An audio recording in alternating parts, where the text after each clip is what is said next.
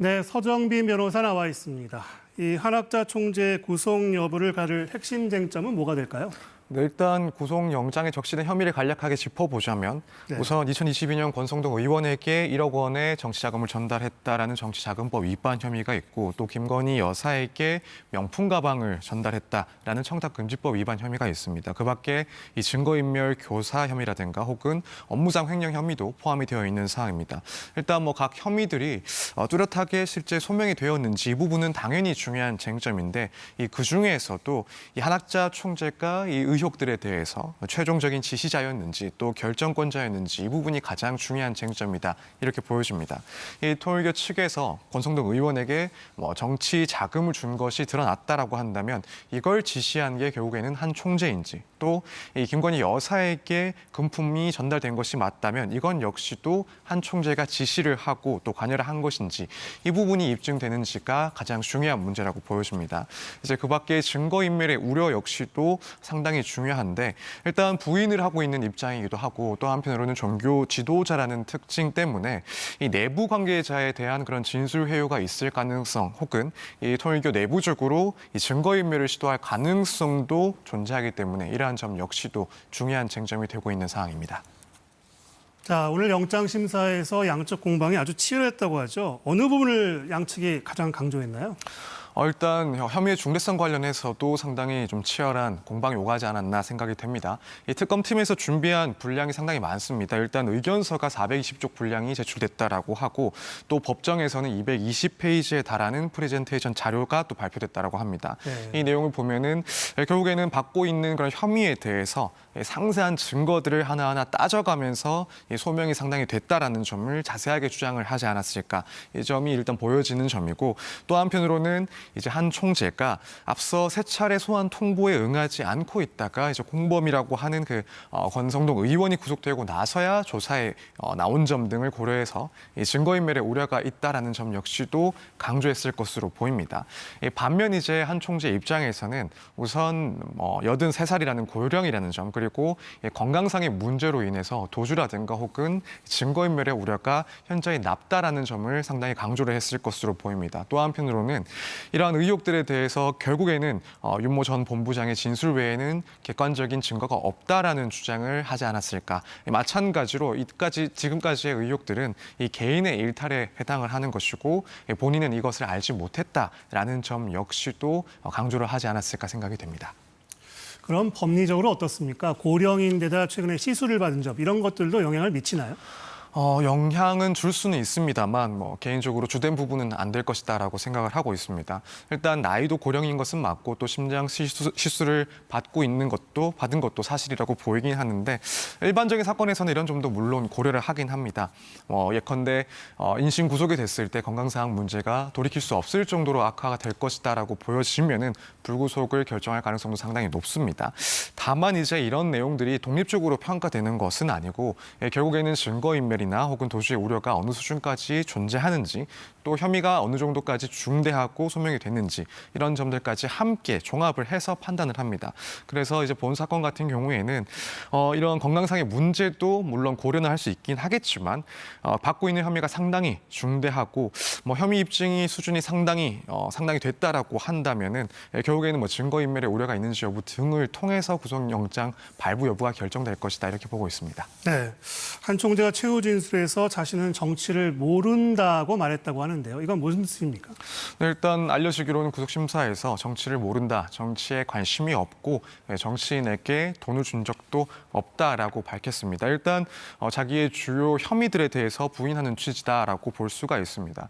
이 구속영장 청구서에 몇 가지 혐의가 추가되어 있긴 합니다만 결국에는 권성동 의원에게 정치자금을 제공했다는 혐의 그리고 김건희 여사에게 명품 가방 등을 제공했다라는 혐의가 가장 중요합니다. 그런 상황에서 일단 부인할 수 있는 가장 짧은 말은 쉽게 말해 종교인으로서 정치를 모른다라는 말이 될 것 같습니다. 그래서 정치적인 배경이나 혹은 이해관계가 없다라는 점을 강조를 하면서 본인은 전혀 관여하지 않았다라는 점을 주장한 것이다라고 볼 수 있을 것 같습니다. 또 한편으로는 이제 이 사안에 대해서 이 종교와 정치는 분리된다라는 헌법상 정교 분리 원칙을 훼손하는 심각한 사건으로 보고 있는 그런 입장도 무척 많은 편입니다. 됩니다.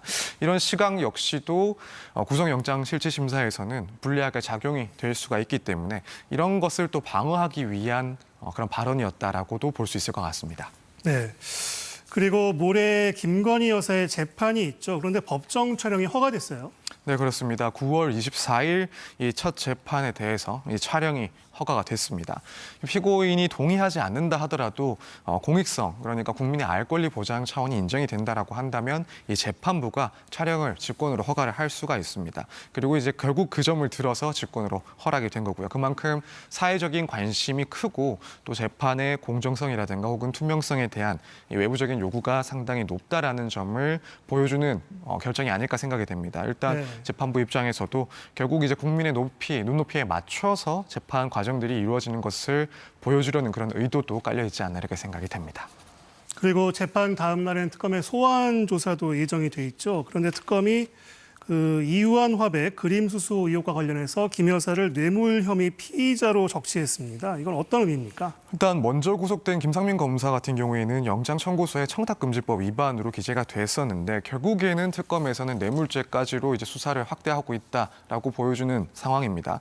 일단 이 그림이 단순한 선물이 아니다. 이것은 결국 공천이라든가 혹은 인사와 관련된 청탁이 결부된 그 대가로서 그러니까 뇌물로서 제공이 된 것이다라고 특검에서는 보고 있다는 겁니다. 그러니까 직무 관련성이라든가 혹은 대가성이 있다라고 보는 건데 한 가지 또 주목할 점은 일단 공무원이 아닌 이제 김건희 여사에 대해서 이 뇌물죄의 피의자로 적시를 했다라는 것은 결국에는 윤 전 대통령 역시도 이 사실을 알았다라는 것을 특검에서는 생각을 하고 있다라는 겁니다. 윤 전 대통령이 이에 대해서 최소한 인지를 하고 있어야 두 사람이 공범 관계가 되는 것이고 그렇게 해야 김건희 여사가 뇌물죄가 성립되는 그런 구조이기 때문에 특검에서는 관련해서 이런 정황들 혹은 객관적인 증거를 어느 정도 수집했다라는 점을 비추는 점이 아닐까. 최소한 이런 뇌물 혐의에 대해서 입증할 수 있다라는 그런 자신감을 보여주는 내용이 아닐까 이렇게 생각이 되고 또 이제 이후에 김상민 검사 같은 경우에 전 검사 같은 경우에는 청탁금지법 혐의에서 결국에는 뇌물죄로 변경될 가능성이 상당히 높아 보이는 상황입니다. 결국 김건희 여사와 윤 전 대통령의 고무 관계를 입증할 자신이 있다. 이런 말로도 풀이가 되겠네요. 네, 그렇게 풀이할 수 있을 것 같습니다. 네. 그 윤 전 대통령이 법원에 보석을 청구했죠. 이걸 법원이 받아들일 가능성이 있습니까? 개인적으로는 가능성이 상당히 희박하다라고 보고 있습니다. 일단 윤 전 대통령 측에서는 건강상의 이유 그리고 방어권 보장을 이유로 들어서 보석을 청구한 상태입니다. 지난 준비기일에서도 기록 열람을 제대로 하지 못했고 또 건강 악화로 법정에 출석하는 것도 어렵다라고 주장을 하고 있습니다. 하지만 지금 윤 전 대통령 같은 경우에는 특수공무집행 방해 혐의뿐만 아니라 이 내란 우두머리 혐의 등 매우 큰 중대한 범죄로 재판을 받고 있는 상황이고 또 재구속이 또 최근 됐다라는 점 역시도 법원에서는 고려를 할 수밖에 없을 걸로 보입니다. 거기다가 이 특검에 여러 차례 소환 요구가 있었지만 여기에 대해서 거부를 했었고 또 심지어는 김건희 특검의 그런 체포영장 집행 시도에서도 여러 차례 완강히 거부를 한 탓에 이를 무산시킨 바가 있어서 이런 점 역시도 고려를 한다면 결국 보석 허가는 이루어지지 않을 가능성이 상당히 높다 이렇게 보고 있습니다.